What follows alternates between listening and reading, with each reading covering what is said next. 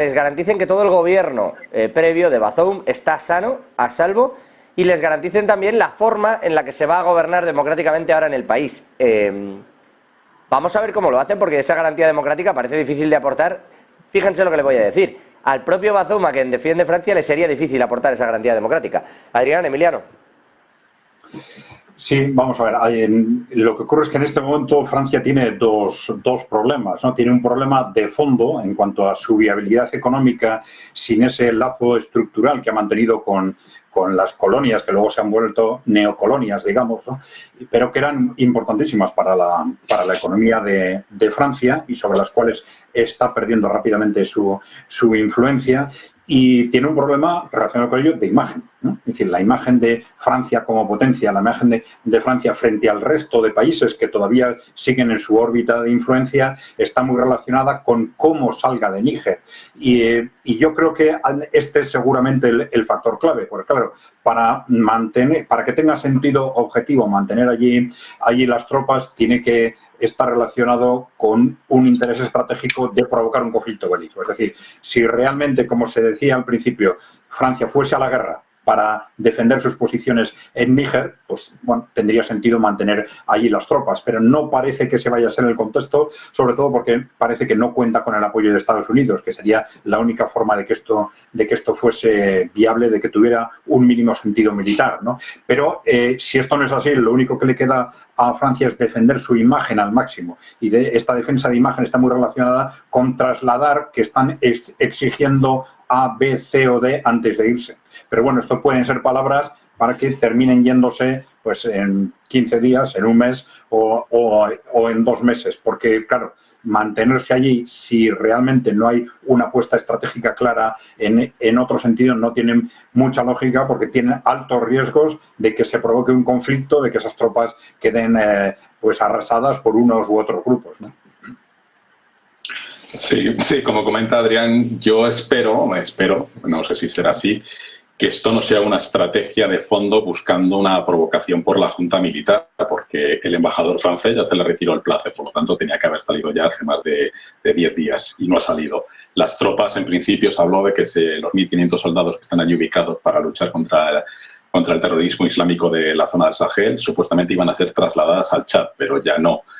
Entonces, puedo tener una cierta intuición de que quizás están buscando que haya algún tipo de incidente con esas tropas para justificar, digamos, una cierta reacción y, sobre todo, impulsar a la CEDAW para que ejecute, digamos, ese mandato africano de intervenir militarmente contra la junta militar de Níger, porque fijaros que contra Gabón no ha habido tanta discusión. De hecho, hoy o ayer amablemente se invitó a la anterior presidenta a que se vaya al extranjero, que se exilie y que la junta militar va a continuar. Y ahí también hay bases. Está Total Energy francesa, que está plenamente operativa en Gabón, y no hay tanto ruido como en el caso de Níger. Entonces puede ser, y esperemos que no sea así, que Francia esté ahí buscando una cierta provocación a la espera de lo que ocurra con la decisión que ha adoptado la CEDAW, donde hay varios países que son favorables a una intervención militar frente a otros que no.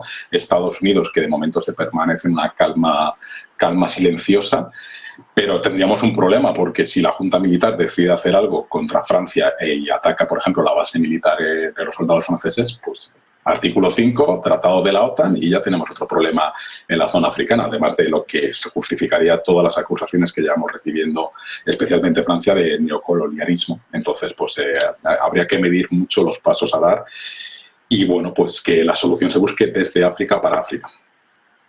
Dice espero que no, pero con un cierto lamento. Yo, tal cual, de las palabras de Adrián, estaba sacando una conclusión parecida. Si no se va nadie, no estarán provocando adrede.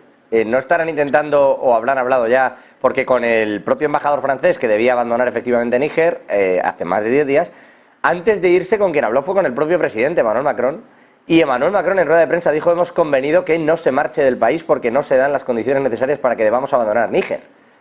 Claro, entre esto y la presencia de fuerzas militares, efectivamente uno se pregunta, ¿no estará pensando alguien que se le vaya la mano a otro y entonces terminamos de ocupar las posiciones que queríamos?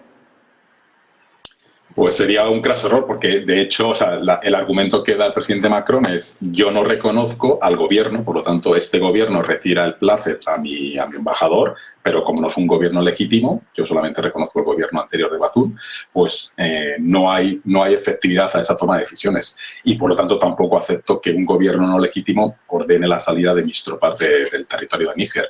Pero todo esto lo único que hace es incrementar la tensión, y quizás Rusia y los mercenarios Wagner tengan algo que decir en cuanto al incremento de presión pública, donde ha habido manifestaciones delante de la propia base militar, y en algún momento se puede escapar algún tiro y ahí ya tendremos un problema. Bueno, por cerrar todo este asunto, ¿esto no acabará ocurriendo también cerca de aguas de Taiwán o de este conflicto estos que hablábamos antes, ¿no? Porque así, entre otras muchas cosas, es como Estados Unidos ha entrado en las guerras mundiales, con me habéis bombardeado algo que no tocaba.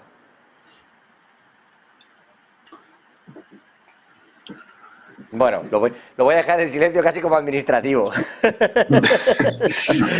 Puede ocurrir, porque recordemos que Estados Unidos sigue vendiendo armas a Taiwán de forma masiva. Entonces, pues en algún tipo de cruce de barcos o de control de las patrulleras chinas y de la Armada china, que cada vez son más intensas en las aguas jurisdiccionales de Taiwán, o que afecten a algún mercante de bandera taiwanesa o estadounidense, o pescadores, que es una zona muy, muy complicada, porque hay amenazas de que las patrulleras chinas acosan a pescadores vietnamitas, a filipinos, a barcos mercantes de determinadas banderas, porque consideran que son sus aguas jurisdiccionales. Es decir, que como hipótesis está ahí. Ya que ese incidente derive en una guerra es más difícil, porque para eso hay otros medios, digamos, de diálogos diplomáticos y de solución de diferencias.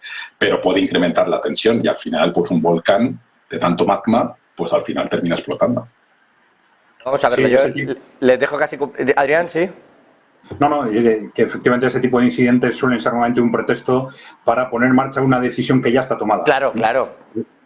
Tendría que ser que es el contexto, que Estados Unidos ya haya tomado la decisión de ir a una guerra mundial, y entonces busque un pretexto en el Pacífico o en África o en Europa para ponerla en marcha.